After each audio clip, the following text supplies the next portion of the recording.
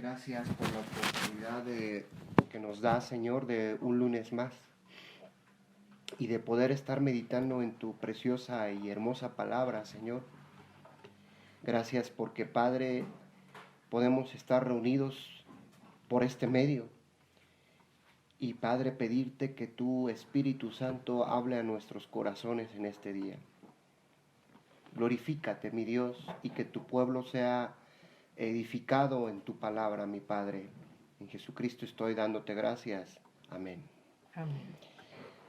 Muy buenas tardes, hermanos. Quisiera recordar la cita del día de hoy, que es Habacuc capítulo 2.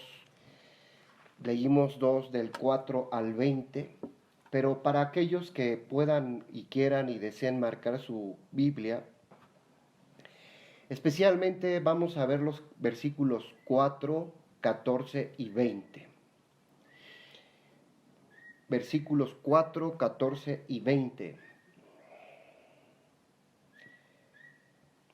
Podemos dar inicio, hermanos, recordando pues y dándole gracias a Dios por este tiempo, que los caldeos eran un instrumento para el pueblo de Judá.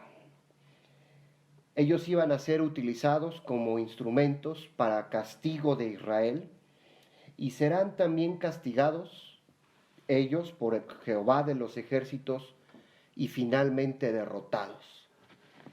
Podemos decir que Dios estaba ocupando a los caldeos temporalmente. Su fin, el fin de este pueblo, también estaba ya sellado por el Dios de la historia. Dios, lo que acabamos de leer, hermanos, Dios iba a humillar el orgullo de los caldeos y aplicarles un terrible castigo. Lo podemos ver en el versículo 4. He aquí que aquel cuya alma no es recta se enorgullece. Nos ofrece la Escritura algunos detalles en este pasaje, hermanos, como lo describe la arrogancia.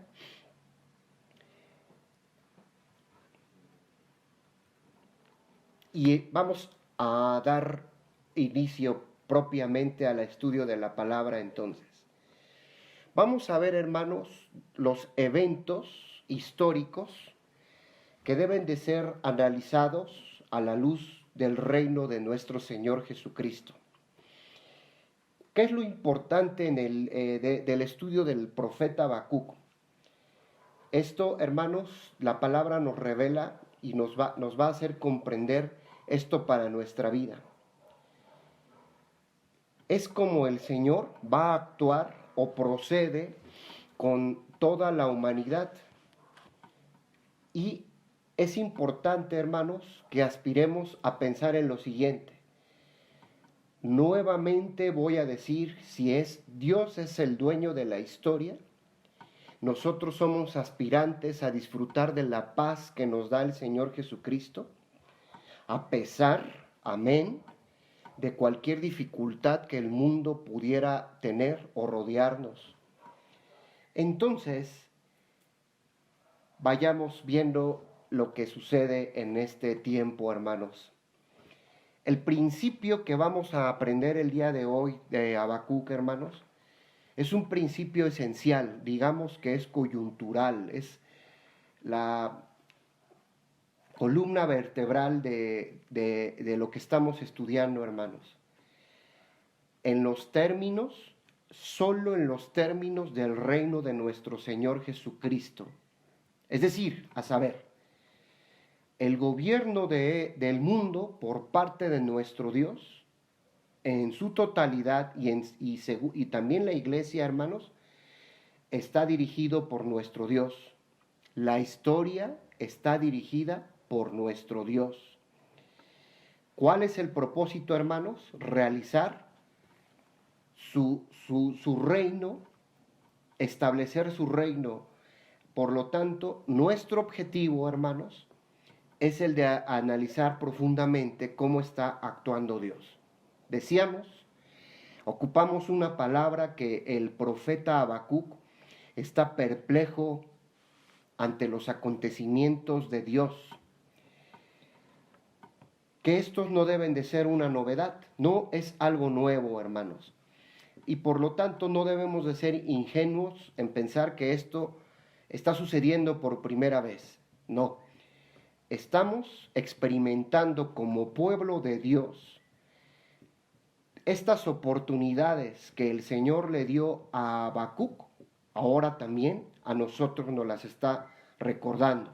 Es decir, este libro del profeta que hoy estamos viendo de alguna manera como históricos, van a ser modelos históricos que el Señor nos va a presentar como oportunidades, hermanos, para darnos cuenta cómo el Señor actúa en la historia.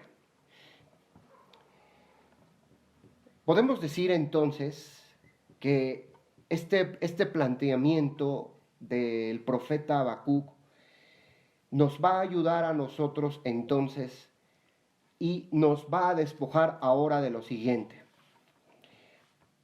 Quisiera yo traer una tesis, hermanos, si usted quiere, que se ha dado el día de en estos tiempos, acerca de que este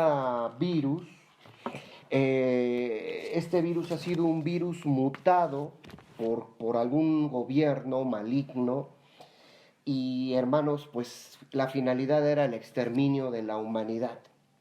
Ok, si partimos de esa premisa, la palabra de Dios ya tenía, hermanos, una respuesta para nosotros hoy día como iglesia. El problema, hermanos, es cómo vamos a mirar hoy este tipo de situaciones. Es decir, ¿cómo los vamos a resolver? El asunto es el siguiente. Así como Dios dijo que los caldeos era un pueblo, hermanos, soberbio, porque aquí lo manifiesta, es lo mismo que se va a manifestar el Señor el día de hoy. A los gobiernos, hermanos, que están haciendo cosas malignas, que son permitidas y ocupadas por Dios, hermanos, el Señor nos dice, tengamos cuidado porque yo estoy obrando. Este problema, hermanos, al que se enfrentó Habacuc, lo vamos nosotros a tener, lo estamos viendo el día de hoy de manera nacional. Le quiero recordar lo siguiente. Recuerdo, hermanos, recordemos la carta a los hebreos, que fue escrita justamente para dilucidar también el mismo problema. Vamos a hablar brevemente de esto. Los cristianos de Hebreos decían lo siguiente, hermanos, en la carta a los Hebreos, hemos creído en el Evangelio, hemos dejado el judaísmo y nos hemos unido a la iglesia cristiana en base a lo que ustedes nos dijeron de Cristo, su salvación, acerca de su venida y el reino y cómo Jesucristo va a reinar en la tierra. Y Hebreos, la carta dice, pero Él no ha venido. Y somos perseguidos. Y somos despojados de nuestros bienes. Y estamos sufriendo intensamente. Entonces, ¿dónde encuentro la respuesta? Los creyentes a quien Pablo escribió, hermanos, fueron tentados a preguntar. También lo vemos en la segunda carta del apóstol San Pedro, capítulo 3, versículo 4. ¿Dónde está la promesa de su advenimiento? Es decir, ellos estaban siendo ridiculizados por los burladores que decían, ustedes creyeron ese evangelio y confiaron sus vidas en el Señor Jesucristo. Les dijeron que iba a reinar, pero ¿dónde está el cumplimiento de esa promesa? No sé si usted está caminando conmigo, hermanos, si estoy siendo lo suficientemente claro para dar esta explicación de la carta a los hebreos. Es decir, aquellos que se burlaban de la iglesia decían, todo sigue como antes. La respuesta que el apóstol San Pedro da, hermanos, era ya antigua, que lo acabamos de ver en el profeta Habacuc, y les dijo, en efecto, No se preocupen, es exactamente lo que decían las gentes antes del diluvio, lo que la gente decía en la destrucción de Sodoma y Gomorra, es lo que siempre se ha dicho. En una palabra, entonces podemos decir que la respuesta exacta de las Escrituras fue: para con el Señor, un día es como 1000 años y 1000 años como un día. A saber, el Señor, hermanos, no va a retardar su promesa, según lo que algunos tienen por tardanza. Esto es precisamente lo que el profeta Habacuc dijo: la visión tardará hasta el plazo señalado, bien que se apresura hacia el fin, aunque tardare, la voy a guardar, porque de seguro vendrá, no se tardará. El tema entonces de la historia es también el gran tema del libro del Apocalipsis. No importa, hermanos, hoy día quiero hacer ese señalamiento, no importa cómo se interprete este libro, representa claramente un pronóstico de la historia, una versión previa de eventos, hermanos, que van a sobresalir a través del largo curso de los tiempos hasta que nuestro Señor Jesucristo venga.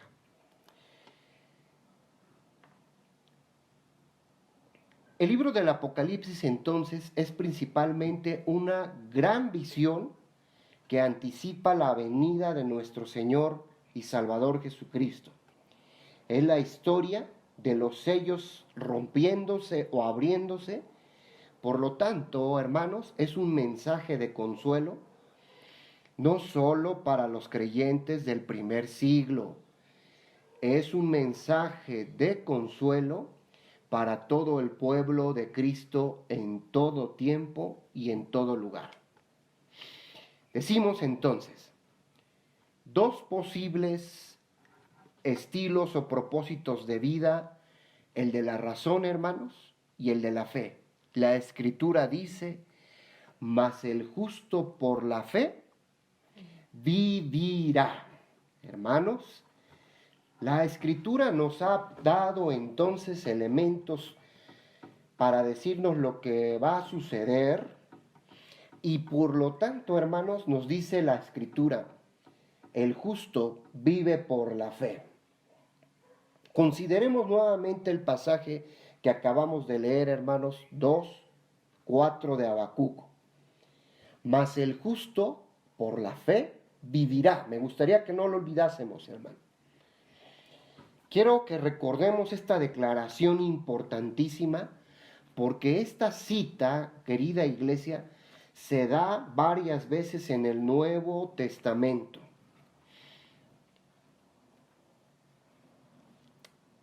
Pero antes dice: he aquí que aquel cuya alma no es recta se enorgullece.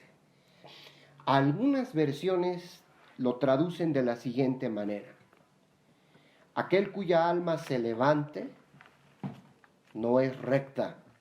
O también como lo dice Hebreos capítulo 10, versículo 38. Hermanos, donde indica que Dios no encuentra agradable a aquel cuya alma retrocede. Me gusta mucho esta visión, hermanos, de los textos masoréticos. Aquel cuya alma, aquí dice nuestra versión, hermanos, he aquí aquel cuya alma no es recta, pero otras versiones dicen que Dios no encuentra agradable a aquel cuya alma retrocede. Es decir, la verdad se está declarando, hermanos, en un mundo. Creo que está siendo la palabra suficientemente clara. Y enseguida la Escritura nos dice: mas el justo por la fe vivirá. Vamos a parafrasear el versículo 4. He aquí que aquel cuya alma no retrocede, el justo por la fe vivirá. ¿Cuáles son las actitudes del mundo, hermanos, ante las situaciones que podemos ver. Hoy entonces quiero dejarle algo importante. Hermanos, vamos viéndolo. Nuestra fe versus la incredulidad del mundo. ¿Sí? Los caldeos retrocedieron, eran orgullosos, pero el Señor le dice a su pueblo, aquel que no retrocede es justo por la fe. Entonces es la fe de la iglesia, hermanos, cimentada en Jesucristo y en sus promesas, versus una incredulidad que va a haber. O nos conducimos como iglesia el día de hoy, hermanos, justamente en estos tiempos, con una vida de fe en Jesucristo y en su palabra, hermanos. O naturalmente el mundo nos desprestigiará por no tener fe cimentada en la palabra de Dios. Y dirán, con sus actitudes están negando lo que creen. Esto es terrible, hermanos, es tremendo, porque hay una declaración de la palabra: he aquí cuya alma no es recta, se enorgullece, retrocede, mas el justo por la fe vivirá. Hermanos, no podemos retraernos del camino de la fe en Jesucristo, o de lo contrario, el Señor no nos declara justos por fe. Estos mismos términos que le fueron dados, hermanos, al tiempo de Habacuc, son los mismos términos utilizados que hoy el Señor nos dice: aquella iglesia, aquel pueblo que se retrae, escogido, no lo puedo declarar justo. Este es el camino, hermanos. Hay entonces dos vertientes: la fe versus la incredulidad de la gente. Lo que la iglesia creemos, hermanos, determina nuestra conducta de vida. Lo repito, lo que la iglesia creemos va a determinar nuestra conducta de vida en Jesucristo. El justo, el que es recto, vivirá por la fe. O digámoslo de otra manera, el hombre que vive por la fe en Jesucristo, el Señor lo declara justo. Por otra parte, aquí entonces hay un contraste tremendo. El hombre que se retira, o el humano que se retira, el Señor lo declara injusto porque no vive en fe. Hermanos queridos, solo hay dos opciones: el que se retira y el que es declarado justo por fe. No importa entonces cuál sea, hermanos, la situación que estemos viviendo, el Señor hoy nos está llamando: mi vida debe de estar fundada en la fe en Jesucristo. Hermanos, las convicciones que nosotros tenemos, lo que nosotros creemos, determina nuestras actitudes. Hoy quisiera hacer hincapié en algo. En realidad, hermanos, no importa también cuáles sean nuestras convicciones políticas, sociales, económicas. Lo que realmente nos está diciendo la palabra de Dios el día de hoy, hermanos, es una palabra impuesta. Hay dos caminos: o te declaro justo porque no te has retraído, o te declaro orgulloso porque te has retraído de mi palabra. Cuando entonces empezamos a mirar el mundo, hermanos, lo que hoy estamos viendo, el futuro, su historia, se presentan dos posibilidades en la vida de la iglesia. Podemos observar y meditar cómo las autoridades opinan, hermanos, acerca de muchas situaciones, o podemos observar y meditar que esto Dios ya lo había dicho desde mucho antes en su palabra. Y podemos terminar, es decir, tener una conclusión: en realidad la palabra lo había declarado.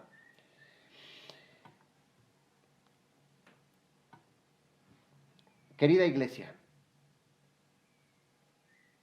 Hay una manera entonces solamente de mirar la Biblia, hermanos, con la fe en Jesucristo. La Escritura nos dice así, entonces, podemos decir así: el profeta, la iglesia, si queremos ser profética, debemos de actuar de acuerdo a lo que creemos y en conformidad con la palabra del Señor. Bien, quiero preguntarle, o vamos haciendo algún análisis más. La vida del creyente puede estar basada en dos actitudes. O como iglesia, como creyentes, adoptamos la sencilla palabra de Dios, y dije sencilla, de acuerdo a ella, o no la adoptamos.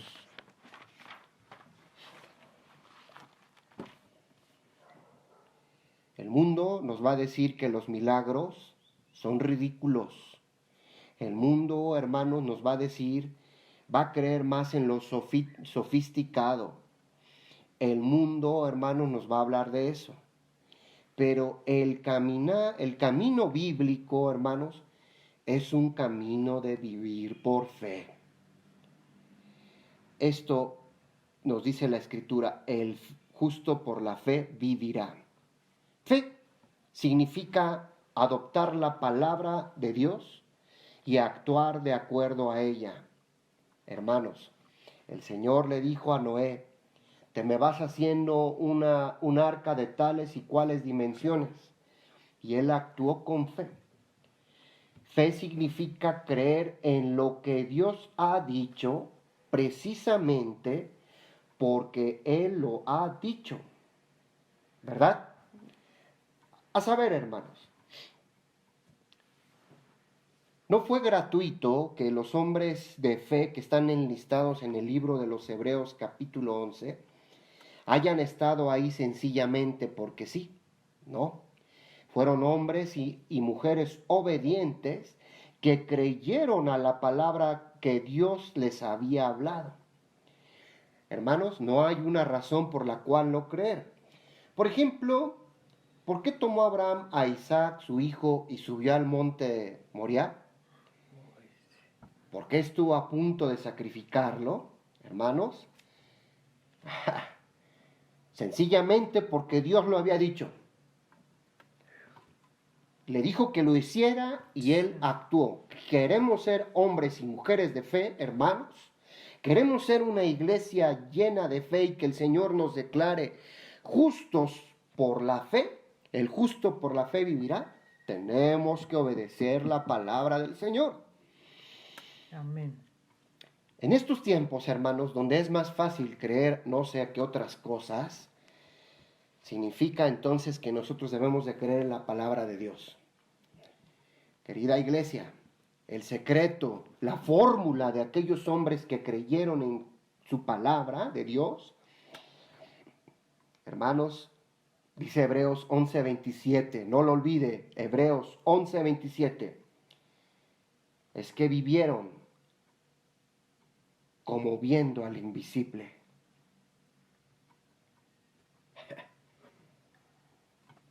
Vivieron como viendo al invisible. El Señor hoy nos está pidiendo, hermanos, que le respondamos a su llamado. No nos está diciendo, hermanos, que nos va a responder muchas de las preguntas que le hemos hecho. No, a mí me parece, hermanos, que las preguntas están ya, las respuestas están dadas en la palabra. La palabra nos está haciendo muchas preguntas, hermano.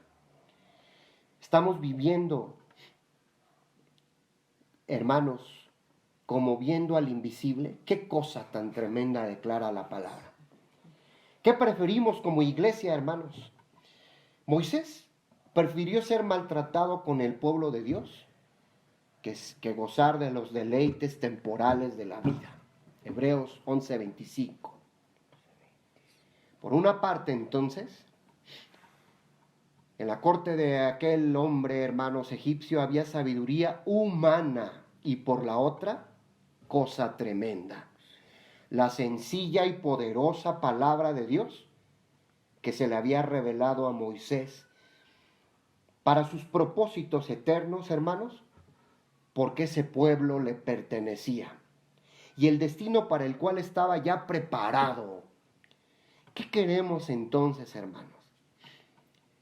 ¿Queremos seguir gozando de estos deleites o queremos, hermanos, aunque la vida y el adversario nos maltrate, preferimos entonces ser el pueblo de Dios?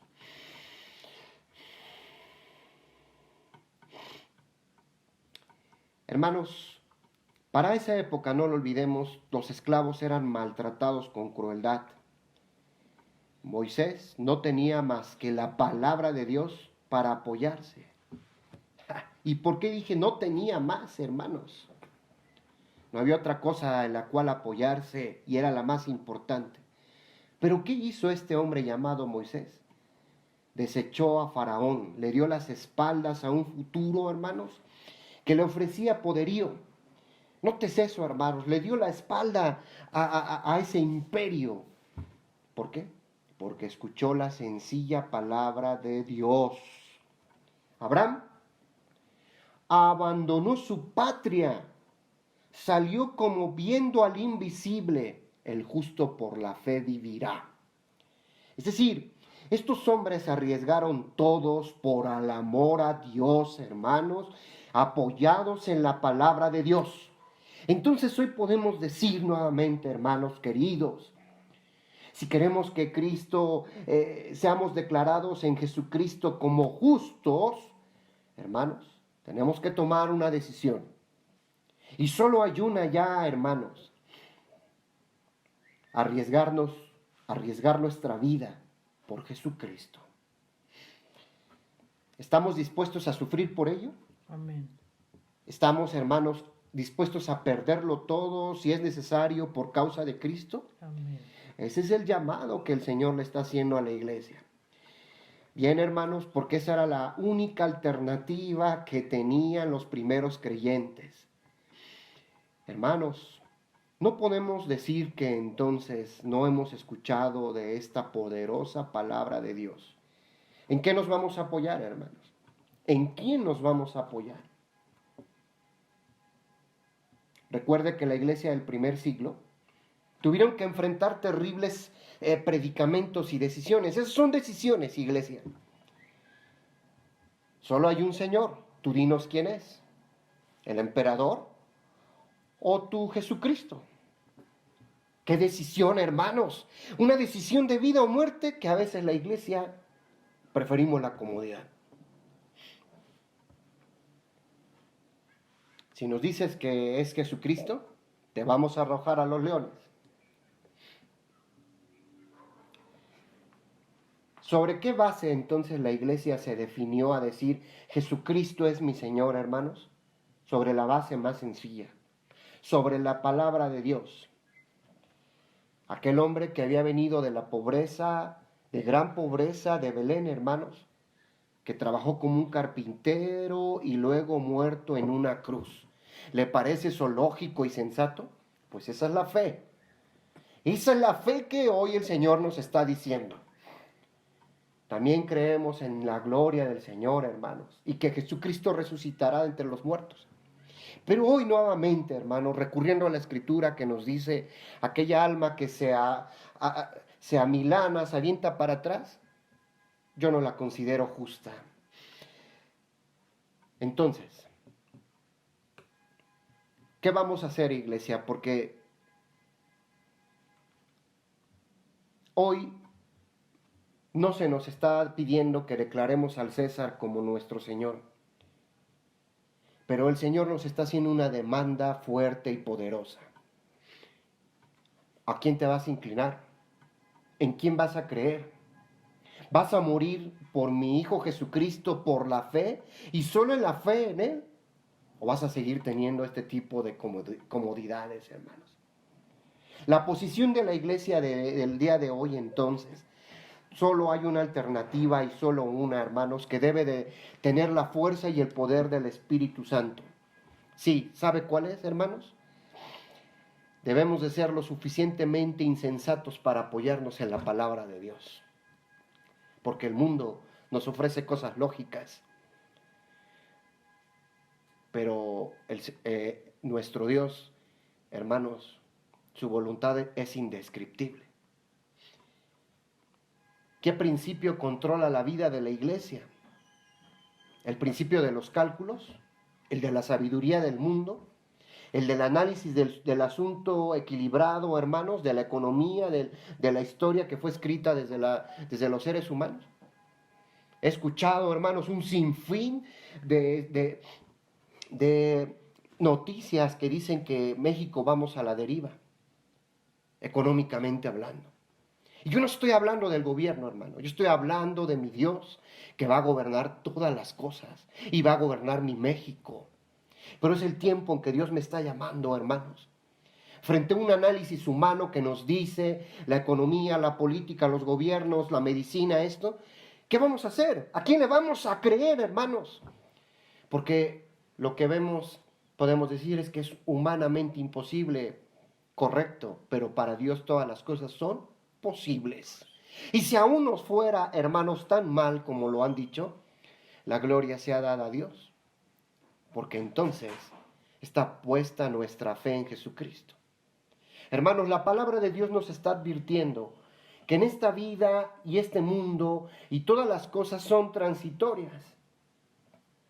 Pero ¿nos estamos preparando para la venida de Jesucristo?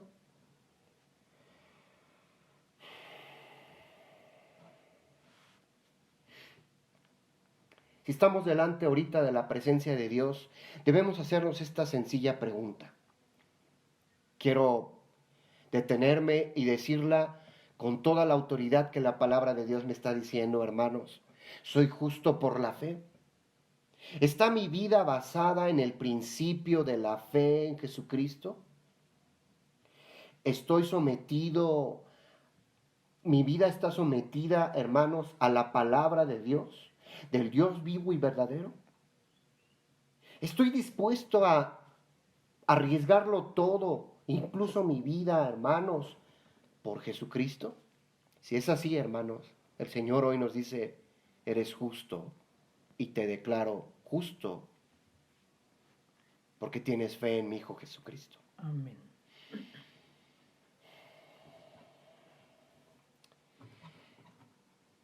Ahora bien, hermanos, vamos a ver que tenemos la certeza absoluta de que la destrucción del mal será y el triunfo de nuestro Señor Jesucristo se dará.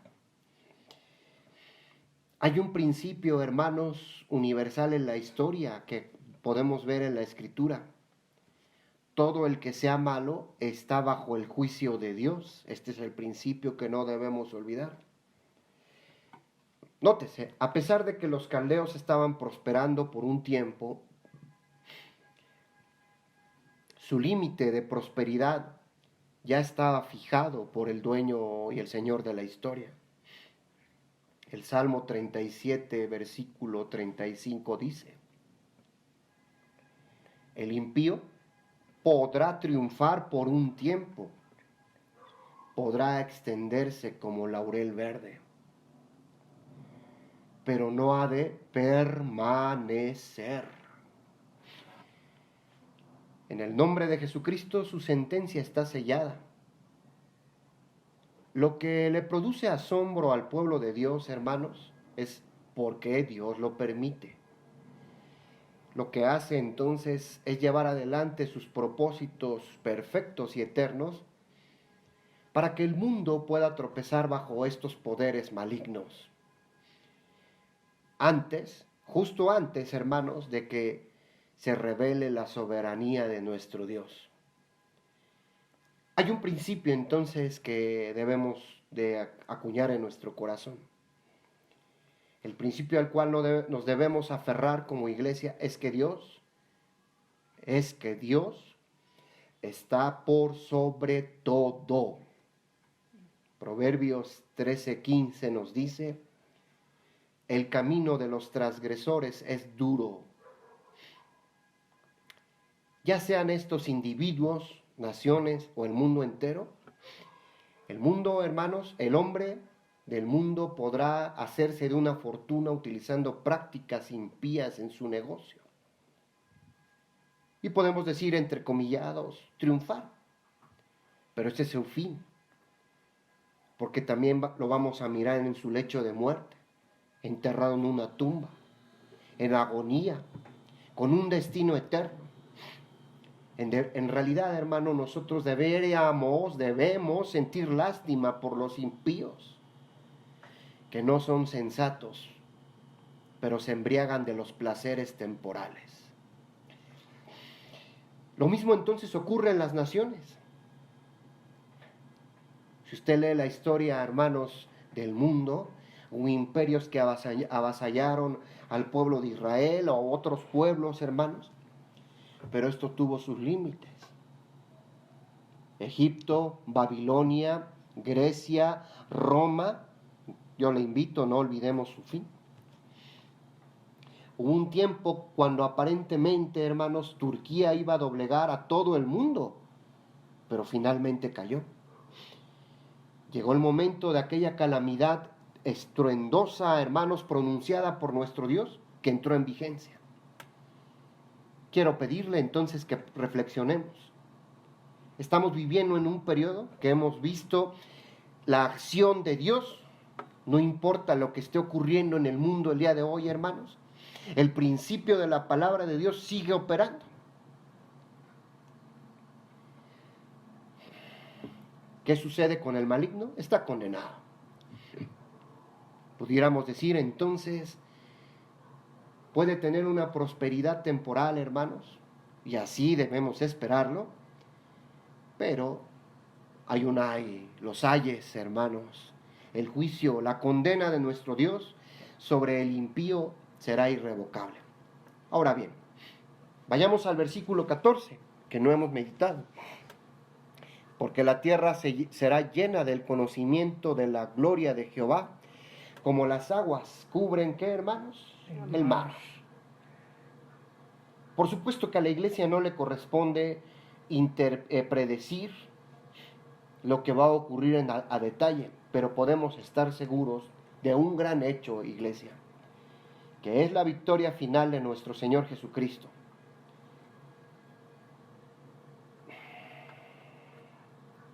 Los enemigos de Dios, los enemigos de su iglesia, aquellos que podrán querer afrentar a su iglesia se amotinarán, dice el Salmo capítulo 2. Y quiero decirle, sí va a haber un exterminio de la iglesia, de los hijos de Dios. Sin embargo, el día que el Señor ya tiene predestinado, en el nombre de Jesús, la Escritura nos dice, hermanos, que toda rodilla se doblará. Amén. Toda rodilla de los que están en los cielos y en la tierra y debajo de la tierra, y toda lengua confiese que Jesucristo es el Señor, para la gloria de Dios Padre. Filipenses capítulo 2, versículo 10 y 11. Entonces, con toda certeza y fe, hermanos, podemos decir que la tierra se llenará de la gloria de Dios. El tiempo del maligno se acabó. Será arrojado al lago de fuego. Amén. ¿Verdad? Cielos nuevos y tierra nueva. Una morada de justicia, dice la Escritura. La ciudad de Dios, el canto que entonamos ayer, muy hermoso. Hermanos, descenderá, se manifestará entonces, es decir, porque los justos entraremos en ella, pero nuevamente no lo olvidemos. Aquel que tiene fe es aquel que no se avienta para atrás. Todo lo impuro, hermanos, quedará fuera. Solo Dios y sus escogidos, aquellos que en el nombre de Jesús y con la ayuda del Espíritu Santo continuaron. El triunfo de nuestro Dios es seguro. ¿Cuál es la conclusión entonces, hermanos? ¿Qué hemos considerado? ¿De qué sirve, hermanos, la historia o el que esculpió la historia, hermanos? ¿De qué sirve entonces, hermanos, nos enseña la historia del profeta Habacuc, quién es el vencedor. Y el vencedor se llama Jesucristo. Amén. Hermanos queridos, Dios nos guarde de no confiar o encomendarnos a cualquier poder que no sea el poder de nuestro Dios. Hay el del que dice al palo, despiértate, y a la piedra, levántate. ¿Podrá él enseñar? He aquí está cubierto de oro y plata, y no hay un poder o un espíritu dentro de él. No pongas tu confianza, hermanos, en nada que sea del hombre, solo confía en Dios, nos dice el Señor. Mas Jehová está en su santo templo, calle delante de él toda la tierra. Amén. Podríamos terminar diciendo, hermanos, no solo los paganos deben callar y guardar silencio, sino también su iglesia. Hermanos, no debe de haber duda alguna del poder de Dios. No debe de haber duda de su bondad, de su misericordia, de su justicia, de su santidad, de su poder. No debe de haber. Hermanos queridos, no debemos preguntar con tono de queja, ¿por qué Dios está permitiendo todo esto? Ni por qué Dios hace tal o cual cosa. Consideremos la palabra de Dios, lo que el Señor le dio al profeta. Cuando queramos hablar, hermanos, tapemos nuestra boca antes de hablar con insensatez. Tomemos conciencia plena, hermanos, de que nuestro Dios es el dueño de la historia y su templo es el universo. Dios está por sobre todo. Pero terminemos pensando en lo siguiente, hermanos. Humillémonos delante de Él. Amén. Humillémonos. Magnifiquemos su gracia. Alabémoslo por su bondad. Celebremos su poder. Esperemos con Él en paz y con calma en el corazón, porque el Señor está obrando. A Él sea la gloria, hermanos. Amén. Si el Señor nos permite y nos favorece, hermanos, con lo que Él nos quiera favorecer, próximo lunes vamos a ver cómo orar, el carácter de la verdadera oración, y eso lo vamos a ver en el capítulo 3 del libro de Habacuc. Le quiero pedir, hermano, que usted vaya meditando en la Escritura. Ahí dice justamente en uno de los subtítulos, en el capítulo 3, la oración de Habacuc. La oración debe de tener un carácter, hermanos. Gracias a Dios.